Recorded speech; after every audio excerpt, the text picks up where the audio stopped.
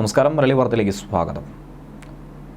P Vijayan IPS, ഈ പേര് ആരും തന്നെ മറക്കാൻ സാധ്യതയില്ല. കേരള പോലീസിലെ തന്നെ ഏറ്റവും മിടുക്കനായ ഉദ്യോഗസ്ഥൻ. പക്ഷേ ഒരു വിഷയത്തിൻ്റെ പേരിൽ അദ്ദേഹത്തെ ഏറെക്കാലമായി വേട്ടയാടിക്കൊണ്ടിരിക്കുകയാണ്.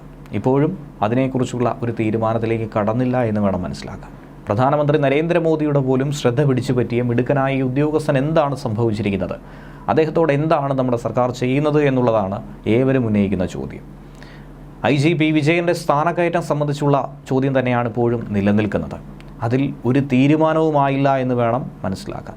കഴിഞ്ഞ ദിവസം ചേർന്ന സ്ക്രീനിംഗ് കമ്മിറ്റി കൃത്യമായ ഒരു തീരുമാനം എടുത്തിട്ടില്ല.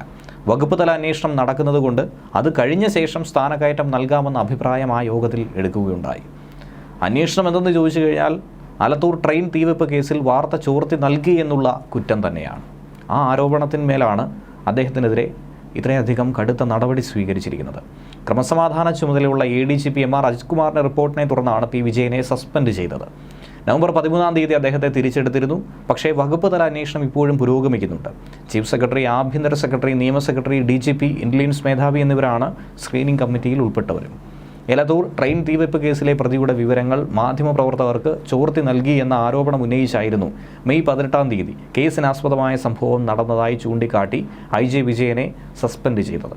ഒരു വിശദീകരണം പോലും ചോദിക്കാതെ വളരെ പെട്ടെന്നായിരുന്നു ഇങ്ങനെ ഒരു നടപടി സ്വീകരിച്ചത്. സസ്പെൻഷൻ്റെ കാരണങ്ങൾ വസ്തുതയ്ക്ക് നിരക്കാത്തതാണെന്നുള്ള വാദമാണ് പി വിജയന് മുന്നോട്ട് വയ്ക്കുന്നത്. സർക്കാരിന് കൃത്യമായ വിശദീകരണം അദ്ദേഹം നൽകിയിട്ടുണ്ട്.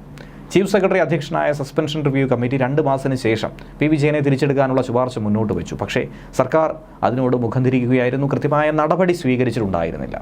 അദ്ദേഹത്തെ പിന്നെയും ഇത്തരത്തിൽ തഴയുകയായിരുന്നു. അദ്ദേഹത്തെ തിരിച്ച് പോലീസ് സേനയിലേക്ക് എടുക്കാനോ അദ്ദേഹത്തിന് ചുമതല നൽകാനോ അർഹതപ്പെട്ട ആനുകൂല്യങ്ങൾ ലഭിക്കാനും അദ്ദേഹത്തിൻ്റെ ഈ സ്ഥാനക്കയറ്റം പോലും ഇപ്പോൾ പിടിച്ചു വച്ചിരിക്കുന്നു. സെപ്റ്റംബറിലാണ് അനുകൂലമായി അദ്ദേഹത്തിന് റിപ്പോർട്ട് കിട്ടിയത്. വകുപ്പ് തല അന്വേഷണത്തിൽ വീഴ്ച കണ്ടെത്തിയാൽ അപ്പോൾ നടപടിയെടുക്കണമെന്നായിരുന്നു ശുപാർശ. അതിൻ്റെ അടിസ്ഥാനത്തിലാണ് സർവീസിൽ തിരിച്ചെടുത്തത്. പുരാവസ്തു തട്ടിപ്പ് കേസിൽ പ്രതിയായതുകൊണ്ട് തന്നെ IG ഗോകുലത്ത് ലക്ഷ്മണനും സ്ഥാനക്കയറ്റം നൽകിയിട്ടുണ്ടായിരുന്നില്ല. സമാനമായൊരു കുറ്റം ചൂണ്ടിക്കാട്ടി ഒരിക്കലും പി വിജയനെ മാറ്റി നിർത്താൻ കഴിയില്ല എന്നാണ് പോലീസ് അസോസിയേഷനിലെ ചിലരും ചൂണ്ടിക്കാട്ടുന്നത്. പ്രത്യേകിച്ച് അദ്ദേഹത്തിൻ്റെ വളരെ മികച്ച രീതിയിലുള്ള ട്രാക്ക് റെക്കോർഡുമൊക്കെ പോലീസ് സേനയ്ക്ക് അഭിമാനകരമായിട്ടുള്ളതാണ്.